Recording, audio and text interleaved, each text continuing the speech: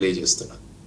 Sir దీనికి సంబంధించి లక్ష్మీనాయుడిని ఎవరైతే ఇలా కారుతో ఢీ కొట్టి అతి కిరాతకంగా అతి నీచంగా హత్యకు పాల్పడ్డాడో హరిశ్చంద్ర ప్రసాద్ను వాళ్ళ తండ్రిని కూడా వితిన్ అవర్స్లో పోలీసులు ఏవైతే సెక్షన్ ఇంప్లిమెంట్లు అవుతాయో దాంతోపాటుగా వాళ్ళని అరెస్ట్ చేయడం జరిగింది, రిమాండ్లు కూడా పంపించడం జరిగింది. కానీ ఈ అంశంలో ఇది ఒక కాపు సామాజిక వర్గానికి చెందిన వ్యక్తి, ఈ చనిపోయిన వ్యక్తి, అవతల వ్యక్తి కమ్మ సామాజిక వర్గానికి చెందిన వ్యక్తి, కుల అహంకారంతో ఈ రకంగా చేశారు.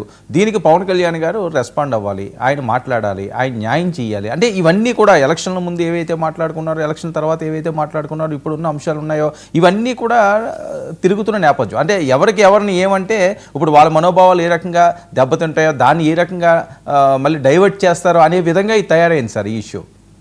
అదే అంటున్నాను కదా, ఇది చాలా దురదృష్టకరం అని నేను మాట్లాడుతాను.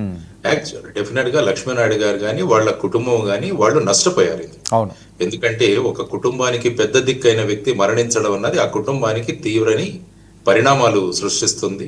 ఆ వ్యక్తి ఆదాయం ఉంటుంది, ఆ కుటుంబం ఎలా నిలబడాలి అన్నది కూడా ఒకటి. తర్వాత వారి సోదరులిద్దరు కూడా వారు గాయపడడం వల్ల వారి యొక్క క్షమత కూడా తగ్గిపోతుంది.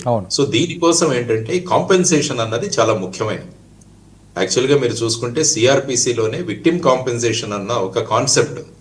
అంటే ఎప్పుడైతే ఒక వ్యక్తి చేసిన నేరం వల్ల ఒక కుటుంబం ఆర్థికంగా నష్టపోతుందో ఆ ఆర్థిక నష్టాన్ని కూడా ప్రభుత్వం భరించాలి అన్నది ఒకటి ఉంది. లేకుంటే ఏ వ్యక్తి అయితే చేశాడో ఆ వ్యక్తి నుంచి వారికి ఆర్థిక సహాయం అందించాలి అన్నది కూడా విక్టిమ్ కాంపెన్సేషన్ లో ఒక సిస్టమ్. ఇందులో వెంటనే పోలీసులు ఈ మరణించిన కుటుంబం తర్వాత వారికి జరిగిన ఆర్థిక నష్టం నుంచి ఏ విధంగా వాళ్లకు ఈ కాంపెన్సేషన్ ఇవ్వాలన్న దాని గురించి కూడా కోర్టుల ద్వారా మనకు వెంటనే దాన్ని తీసుకురావాల్సిన అవసరం ఉంది.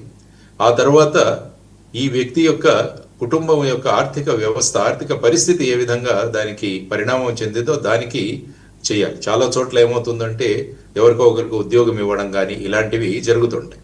అంటే ఇటువంటి క్రైమ్ లో కాకుండా ఫర్ ఎగ్జాంపుల్ ఎక్కడైనా ఫార్మా ఇండస్ట్రీలో ఏదో ఫైర్ యాక్సిడెంట్ జరిగింది, లేకుంటే ఒక పెద్ద ప్రమాదం జరిగింది, ఇటువంటి పరిస్థితి తొక్కిసలాట జరిగింది, ఇటువంటి వాటిలలో సాధారణంగా ప్రభుత్వాలు కూడా వచ్చి వారికి ఉద్యోగాలు ఇవ్వడం అలాంటివి జరుగుతుంటాయి. సో ఇప్పుడు ఏంటంటే ముఖ్యంగా ఈ కుటుంబానికి సత్వర న్యాయం అన్నది చాలా ముఖ్యం. సత్వర న్యాయం అంటే ఇన్వెస్టిగేషన్ త్వరగా పూర్తి చేసి ఇందులో ఎవరెవరు ఉన్నారు అన్నది కూడా బయటికి తీయాల్సిన అవసరం. ఈ వ్యక్తి ఉన్నాడా, ఈ వ్యక్తి వెనకాల ఇంకా ఎవరైనా ఉన్నారో అవన్నీ కూడా బయటికి తీసి ఎవరైతే ఈ క్రైమ్ లో వాళ్లకు సహభాగం ఉందో వాళ్ళందరినీ కూడా నిందితులుగా చేర్చి వాళ్ళ మీద చర్యలు తీసుకొని త్వరగా ఈ ఫోరెన్సిక్ ఎవిడెన్స్ ఇవన్నీ కూడా కలెక్ట్ చేసి త్వరగా ఛార్జ్ షీట్ ఫైల్ చేసి ఇటువంటి కేసుల్లో క్విక్ జస్టిస్ అన్నది చాలా ఇంపార్టెంట్.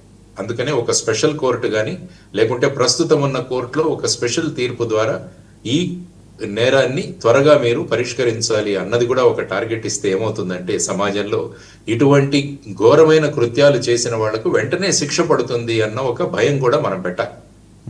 లేకుంటే ఏమవుతుందంటే ఈ ఒక 10 సంవత్సరాలు 15 సంవత్సరాలు ఈ కేసుకు పడితే మళ్ళా ఏమవుతుందంటే వ్యవస్థల మీద ప్రజలకు నమ్మకం పోతుంది.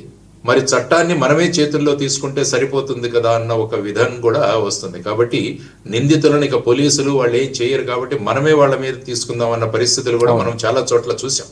కానీ ఇటువంటి పరిస్థితులు ఉద్భవించకుండా వెంటనే చర్యలు తీసుకోవడం అన్నది చాలా ముఖ్యమైన అంశం. ఇందులో కులపరంగా జరుగుతున్న చర్చలు కూడా ఇవి ఎక్కడో ఒక చోట సమాప్తి పలకాలి వీటికి. ఎందుకంటే ఈ విధంగా ఒక చోట మొదలైతే ప్రతి చోట నేరాన్ని నేరం కాకుండా వ్యక్తులను కులపరంగా చూసే ధోరణి మొదలవుతుంది.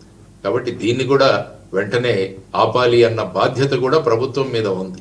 ప్రభుత్వం ఎప్పుడు కూడా ప్రజల్ని కులాలుగా మతాలుగా విడిపోకుండా చేయాల్సిన బాధ్యత ప్రభుత్వం మీద ఉంది. సో వారు కూడా వెంటనే తగిన చర్యలు తీసుకోవాలి.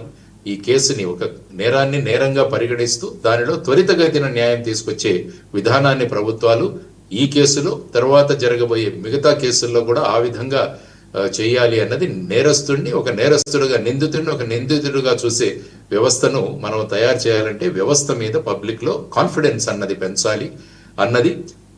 నిందితుడు ఎవరైనా పర్వాలేదు, మేము అందులో జోక్యం చేసుకోము అన్న ధోరణి కూడా రాజకీయ పార్టీలకు, రాజకీయ నాయకులకు కూడా ఉండాలి. పోలీసులకు ఫ్రీ హ్యాండ్ గా వాళ్ళు చేయాల్సిన ఇన్వెస్టిగేషన్ చేయాలి, మార్గదర్శనం సీనియర్ ఆఫీసర్లు కరెక్ట్ గా చేయాలి. Political advisers, political discussions crime లో ఎప్పుడు కూడా ఉండకూడదు అన్నది నా అభిప్రాయం. సార్ ఇలాంటి వాటికి ఎలాంటి శిక్షలు పడుతుంటాయి సార్? ఎలాంటి సెక్షన్లు ఇంప్లిమెంట్ అవుతాయి సార్? 302 అన్నది ఇప్పుడు అయితే